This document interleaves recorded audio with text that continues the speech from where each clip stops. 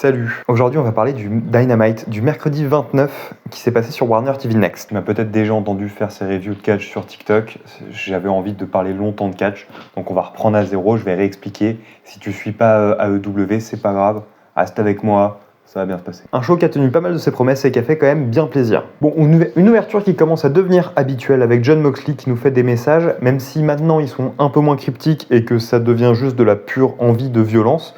On finit par s'habituer, mais en tout cas, ça permet de marquer un petit peu son arrivée en tant que champion, donc c'est quand même assez intéressant. Il a quand même réussi à instaurer lui et le nouveau BCC comme le gros danger d'AEW, maintenant que c'est lui le champion d'AEW. 2 fois AEW. Eh ouais. On a ensuite un plan sur le parking de l'arène où il y a à peu près la moitié du roster qui l'attend. Donc tous les gens avec lesquels le BCC s'est embrouillé, ils sont tous là en train d'attendre avec des armes, des machins et tout. Espérons qu'ils soient utiles. Du coup, en attendant, le show continue avec Adam Page qui arrive sur le ring accueilli par Tony Schiavone. Il lui met un coup de pression, il le fait dégager comme d'habitude. Tony Schiavone, il arrive, il annonce des gens et on se font dégager. Adam Page, c'est le cowboy énervé, plus ou moins, c'est son nouveau rôle. Maintenant, c'est un cowboy. À chaque fois qu'on le voit, on se demande à quel point il va être énervé. Il vient parce qu'il est en feud avec le Bang Bang Gang. Il a intervenu dans un match entre Jay White et Christian pour coûter le match à Jay White, et du coup sa feud continue, et il en parle, il dit qu'il est très content, qu'il a éclaté l'un, qu'il a éclaté l'autre. C'est là qu'il y a Colton Gunn, un autre membre du coup de ce fameux clan, qui arrive pour l'attaquer, même si le fait que Jay White soit revenu, c'est quand même vachement bien que ce ne soit pas que lui le centre, et que c'est vraiment une histoire de clan. Par contre, Colton, il attaque tout seul, et il se fait éclater, jusqu'à ce que Jay White et du coup Robinson se ramènent. Avant ça... Bon, en gros, le message il est clair, la feud elle continue, ils ont encore des choses à se dire. J'espère quand même qu'Adam Page va trouver 2-3 personnes dans son coin, parce que sinon ça va bien les décrédibiliser, l'histoire d'être à 4 contre 1. Mais c'est pas tout ça, on a quand même bien rigolé, il serait peut-être temps de nous montrer du catch. Et du catch va y en avoir, puisque c'est directement le match d'ouverture, Sammy Guevara contre Shelton Benjamin. Alors Shelton Benjamin, on est tous très heureux de l'avoir. Ça fait partie de ces catcheurs que tout le monde savait sous-exploiter, exactement comme Ricochet, qui est aussi arrivé. Tout le monde est très heureux d'avoir tous ces catcheurs dits inexploités arriver et montrer leur capacité réelle au ring. Même si Shelton Benjamin, on va pas se le mentir, c'est un peu tard. Il est plutôt jeune, quoi. En plus, il y a MVP dans son coin, donc ça fait plaisir. Et de l'autre côté, on a Sammy Guevara, quelqu'un qui était plus ou moins promis au haut de la carte et qui a fait des grandes choses, et qui maintenant est dans la division par équipe de la ROH. Il a quand même subi une sacrée descente, ce gars-là. Au début, une grosse domination de Shelton Benjamin, 2-3 assauts de Guevara, mais qui sont vite contrés. C'est marrant parce que Shelton, depuis qu'il a fait son retour, non seulement il a gardé son agilité et ses compétences athlétiques qui sont vraiment bonnes, mais il s'est même ajouté quelques moves de big guy, il a pris un peu en muscle, et il campe un peu un nouveau rôle. Il s'ajoute quand même pas mal de striking et de trucs de big guy, c'est intéressant. Entre les deux, ça marche bien. Quand Guevara fait son beau retour en mettant plusieurs super kicks, qui finit par sauter, par vraiment commencer à engranger un peu de momentum, fait casser par Shelton. Et d'ailleurs, la victoire de Shelton, elle se fait directement après. Il lui place un coup, 2-3 de ses moves spéciaux, et il éclate. Vraiment, Guevara est finito, c'était vraiment le message de ce match, quoi. Il a été enterré sans sursaut d'orgueil, rien. Son personnage, il est plus ou moins mort, là, ce soir, sous nos yeux. C'est terrible. Bon, après, tu vas me dire, avec ce qu'il a fait dans le passé, c'est pas si grave, on peut s'en passer. Ensuite, on a Anna Jay et Maria May qui se battent à cause de Battle of the Belt. Ce serait peut-être le moment de vous faire un tout petit point histoire sur qu'est-ce qui s'est passé avant. Parce que c'est dans ces moments-là qu'on se rend compte que l'épisode 1 va devoir être beaucoup trop long, parce qu'il y a beaucoup de choses qui se passent en même temps, quoi. En gros, Maria May est devenue championne, Anna Jay a battu un combat éliminatoire, donc un combat où si jamais tu réussis contre la championne, t'as le droit à un vrai match de championnat. Du coup, Anna Jay l'a fait et elle est pas contente. C'était pas long du tout en fait. Ensuite, Kyle Fletcher arrive pour nous expliquer pourquoi est-ce qu'il a trahi Will Ospreay pendant le dernier pay-per-view. Non, c'est ça qui va être long. Will Ospreay faisait partie de la Don Callis Family, mais il les a trahis parce que la Don Callis c'est des méchants et lui c'est un gentil. Dans cette Don Callis Family, il y avait un de ses meilleurs amis, quelqu'un qui l'a plus ou moins formé et avec qui il a été champion par équipe ailleurs. Il me semble. Si ça se trouve, je suis en train de dire une immense couille. Sauf que ce fameux Fletcher, il a décidé de prendre le clan de la Don Callis Family plutôt que le côté d'Ospreay. En gros, il arrive, il fait le méchant. D'ailleurs, il fait vraiment le méchant. Il se met juste devant la caméra et il fait Je suis le prêtre. Vraiment, il parle doucement en mettant des longues pauses. Il est très méchant, quoi. Il est méchant. Mais par contre, le public réagit bien. Il vient aussi expliquer ses agissements. Bon, en gros, il est jaloux, il en a marre qu'on le compare à Will Ospreay parce qu'il pense qu'il est aussi bon que Will Ospreay. Mais bon, Après, c'est sûr que quand t'es dans le camp d'une divinité du catch, c'est compliqué. Je peux le comprendre, il a fini par être jaloux et par craquer. C'est à la fois une storyline extrêmement classique, mais extrêmement bien adaptée à ce personnage-là. Du coup, il a quelques arguments qui sont un peu pétés, il est très frustré, il est très énervé, tellement énervé qu'il se rase la tête, parce qu'il est très énervé, et du coup, il se rase la tête. Parce qu'il veut pas ressembler à Ospreay, et Ospreay a des cheveux. Je sais pas. Ricochet et Takeshita entretiennent leur feud même dans d'autres structures, c'est toujours très sympa, j'adore quand ils font ça, quand ils se ramènent dans d'autres structures et que du coup leur ennemi d'AEW se ramène, c'est un truc qui est assez sympa, qui est assez classique en vérité, il crée rien, mais c'est quand même très très cool. Et il y a un autre truc sympa, c'est que Ricochet du coup est venu pour entretenir la feud et MVP est passé pour lui donner une carte. MVP, depuis son arrivée à AEW, j'en parlais dans mon TikTok, j'adore ça, j'adore ce qu'il fait, parce qu'il se ramène en mode Nick Fury. On dirait vraiment qu'il est en train de préparer les Avengers. Il a apporté une carte à Swerve. Bon, ça a un peu mal fini. Il a apporté une carte à Mercedes Moné. Enfin, vraiment, c'est le Nick Fury. Il a l'initiative Earth Business et il apporte des cartes à un peu tous ceux qui lui plaît. Et j'adore ce gimmick et je trouve ça très très sympa. Lance Archer et Brian Cage continuent à vendre leur équipe contre des gens un peu cool cette fois-ci, mais juste des gens. En gros, c'est les deux derniers ajouts de cette fameuse Don Callis Family, et ils sont venus pour mettre un peu en danger les champions par équipe qui sont l'élite, dont on parlera plus tard. Bon, ils sont là pour buter des catcheurs locaux, c'est classique, on connaît, même si là, c'est la deuxième fois qu'ils le font, et franchement, Théma les deux bestiaux, je comprends pas pourquoi est-ce qu'ils ressentent le besoin de nous expliquer qu'ils sont dangereux. Je veux dire, c'est Lance Archer et Brian Cage. Je veux dire, regarde-les. Évidemment qu'ils sont dangereux. Bon, de retour sur le parking, tout le monde est chaud, voilà, ils veulent la castagne. Sauf Orange Cassidy. Orange Cassidy, c'est plus ou moins celui que tout le monde veut mettre face à Moxley et face au BCC comme chef de la résistance. Mais lui ne se sent pas vraiment l'âme d'un chef, et du coup, il n'a pas trop envie d'endosser ce rôle-là. C'est intéressant. C'est mine de rien intéressant de voir que celui que tout le monde aimerait voir comme chef, celui qui a résisté tant de fois aux assauts contre AEW, lui n'a pas envie d'être le chef. Chuck Taylor, un de ses amis retraités ring, qui lui dit qu'il doit être le chef, il dit qu'il est pas sûr et qu'il sait pas. Ensuite, prochain match, Chris Jericho, putain, il catch encore lui, contre Mark Briscoe. C'est un ladder hell. Bon, en gros, un match de l'échelle, faut qu'il monte décrocher la ceinture de champion ROH pour être champion ROH. Comment j'ai fait pour me perdre dans cette phrase? Toute la storyline, c'est que Chris Jericho, catch encore Chris Jericho, arrête pas d'être très mauvais contre Briscoe, à parler de son frère mort et tout ça, enfin vraiment, adigue les trucs qu'il faut pas faire. Du coup, Briscoe, quand il arrive, il est très énervé.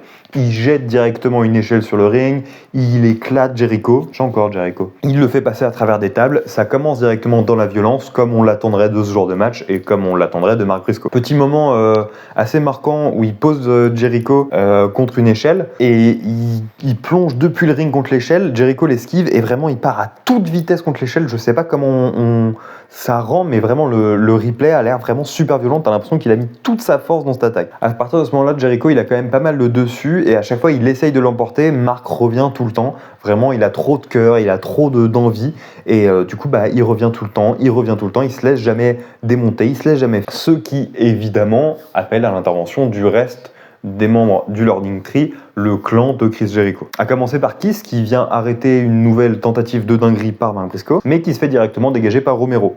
Donc il va tenter sa dinguerie c'est une froggy bar depuis une échelle sur une table. Elle est placée d'ailleurs, elle est un peu bizarre, franchement je sais pas si c'est l'angle de caméra ou quoi, mais il y a un truc où t'as l'impression que ça ne s'est pas passé comme prévu sur comment Jericho a sauté de la table, vraiment c'était un peu bizarre, mais on n'a pas le temps de s'inquiéter puisque le troisième membre, Big Bill, Big Bill, le séquoia, arrive, prend Mark Briscoe et l'envoie hors du ring, mais vraiment en toute simplicité. Il prend Chris Jericho sur ses épaules, monte à l'échelle et le fait récupérer la ceinture. Et du coup, maintenant, c'est Chris Jericho, champion ROH. À la fois, donner une victoire à Chris Jericho, bon voilà. À la fois, Mark Briscoe est tellement over, c'est genre le champion que je pense pas que ça va détruire son personnage. Et en plus, ça peut être significatif d'un push vers la main card. Et ça fait plaisir. Vraiment, pour moi, Mark Briscoe, futur champion du monde. En tout cas, il devrait, le public l'adore, il est ultra over. Franchement, il y a tout pour. D'ailleurs, ça annonce aussi le retour de Tomohiro Ishii. Voilà, parce qu'il était membre de la conglomération, comme Mark Briscoe et Orange Cassidy dont on a parlé. Du coup, Tomohiro Ishii revient. Bon, il a jamais été très très bien utilisé à AEW, même si son match contre Castelloni, mais je reprends tous les jours. À la limite, c'est quoi, s'il revient pour faire un match contre Castelloni, je serais déjà très très heureux. Donc on va pas se plaindre. De toute façon, on va pas se plaindre d'avoir Ishii en fait. On va pas se plaindre d'avoir Ishii. Enfin, je suis quand même le parrain de ton. Adam Cole est de retour pour pouvoir nous parler.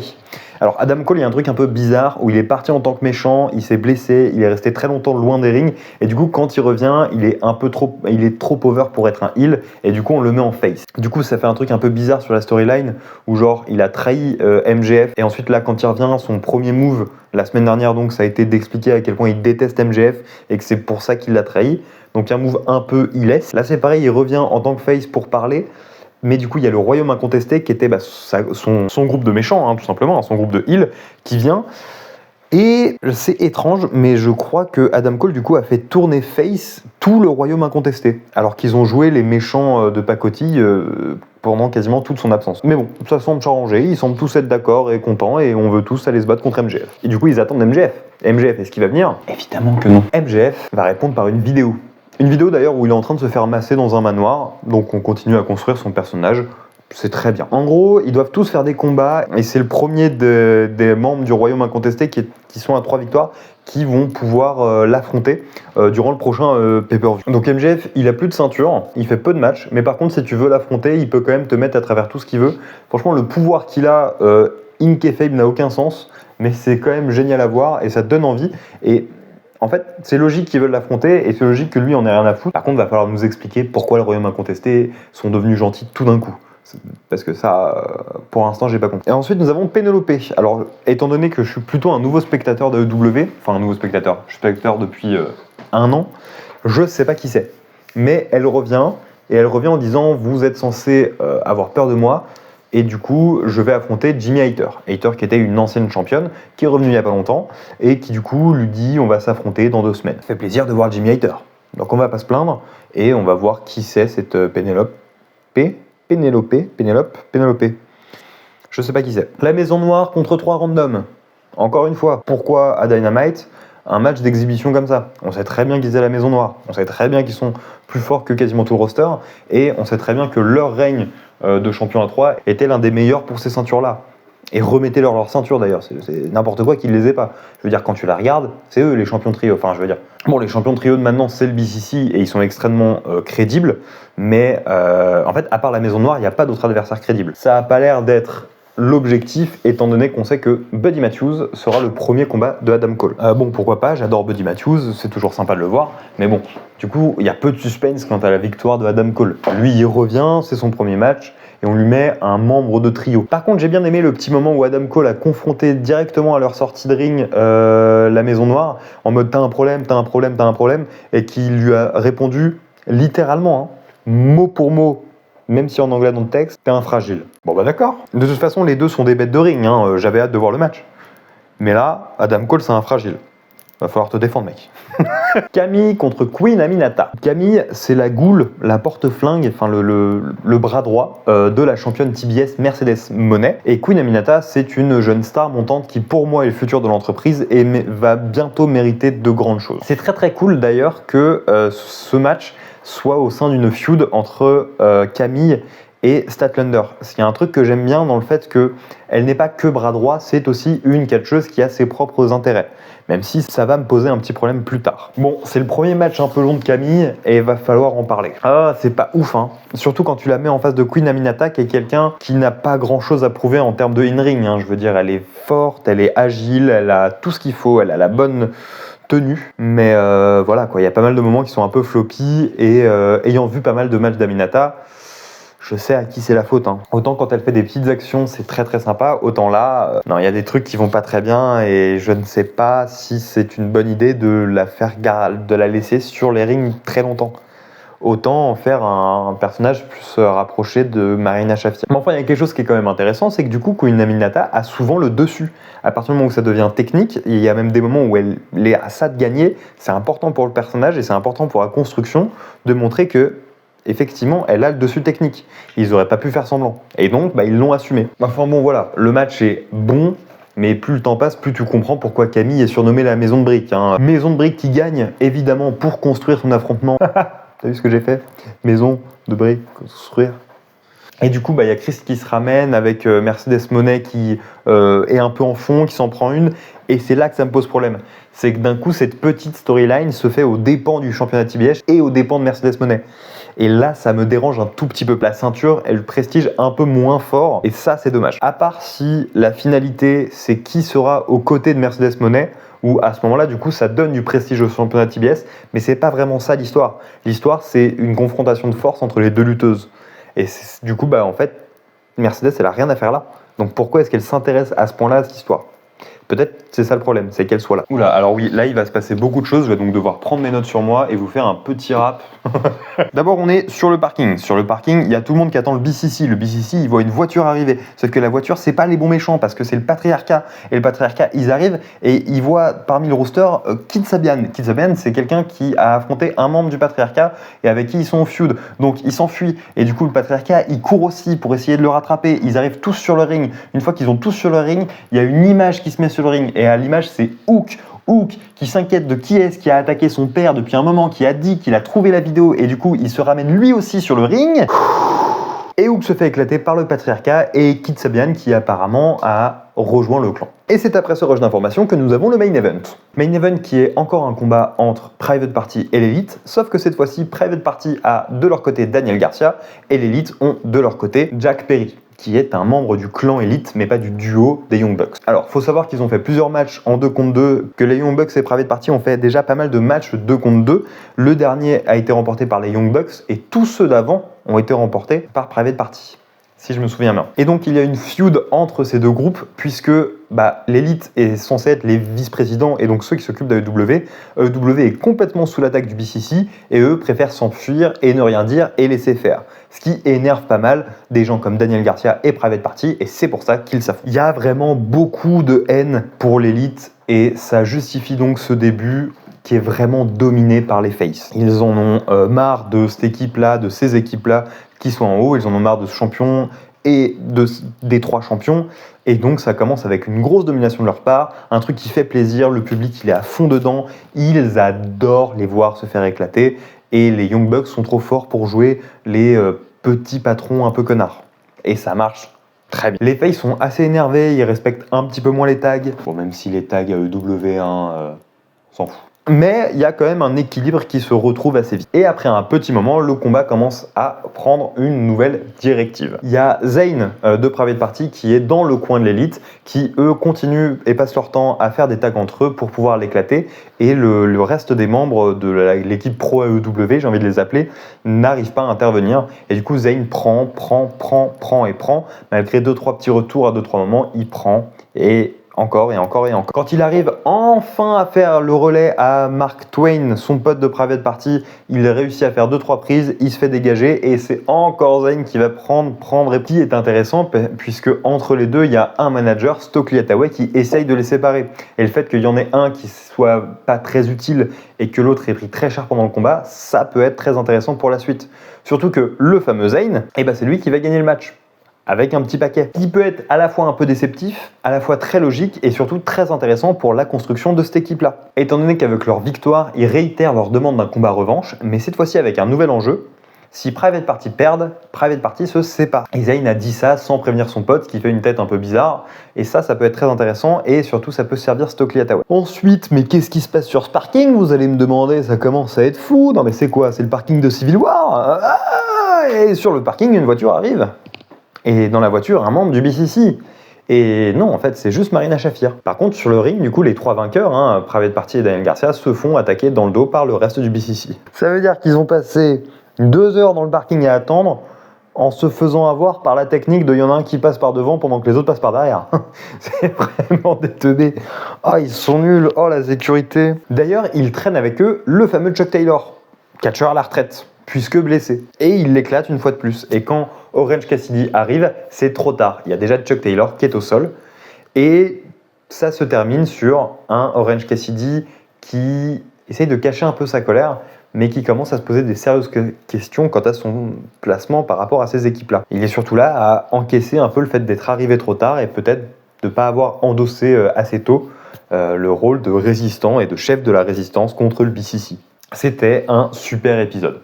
Je trouve qu'ils ont vraiment réussi à faire en sorte que dès qu'il y a un nouveau champion du monde, toute la dimension d'AEW change, toute la direction des histoires change Et il y a directement, maintenant que c'est Moxley le champion, une véritable aura de danger qui plane sur toi AEW à n'importe quel moment, et ça c'est vraiment très intéressant. Le fait que ce soit quasiment tout le temps lui qui ouvre le show en disant aux gens qu'ils ne sont pas en sécurité et qu'ils bossent pour lui, c'est super intéressant. Toutes les mini-storylines qu'il y a entre, c'est super intéressant. Tout le monde a quelque chose à faire, tous les matchs sont toujours aussi bons, on est hype pour quasiment toutes les annonces. Très franchement, ce show-là était l'un des meilleurs qu'ils aient fait. Et ça tombe bien parce que celui de la semaine dernière m'avait un peu déçu. Et là, il n'y a rien à redire pour moi. Voilà, si jamais tu as réussi à m'écouter jusque-là, c'est soit que tu adores le catch, soit que tu t'es endormi, c'est possible aussi. Mais si tu retournes dans ton historique pour voir devant quoi tu t'es endormi et que tu es devant moi là tout de suite, n'hésite pas à t'abonner. N'hésite pas à aller voir, d'ailleurs j'ai un TikTok, n'hésite pas à aller voir un livre sur Kindle si jamais tu veux. Si jamais tu as itch.io, j'ai un scénario gratuit. J'ai aussi un Fixia, donc je fais plein de choses et j'ai encore plein de projets qui arrivent. Je compte reposter de nouvelles choses, on ne va pas parler que de catch ici. On va aussi, la prochaine vidéo par exemple parle de manga.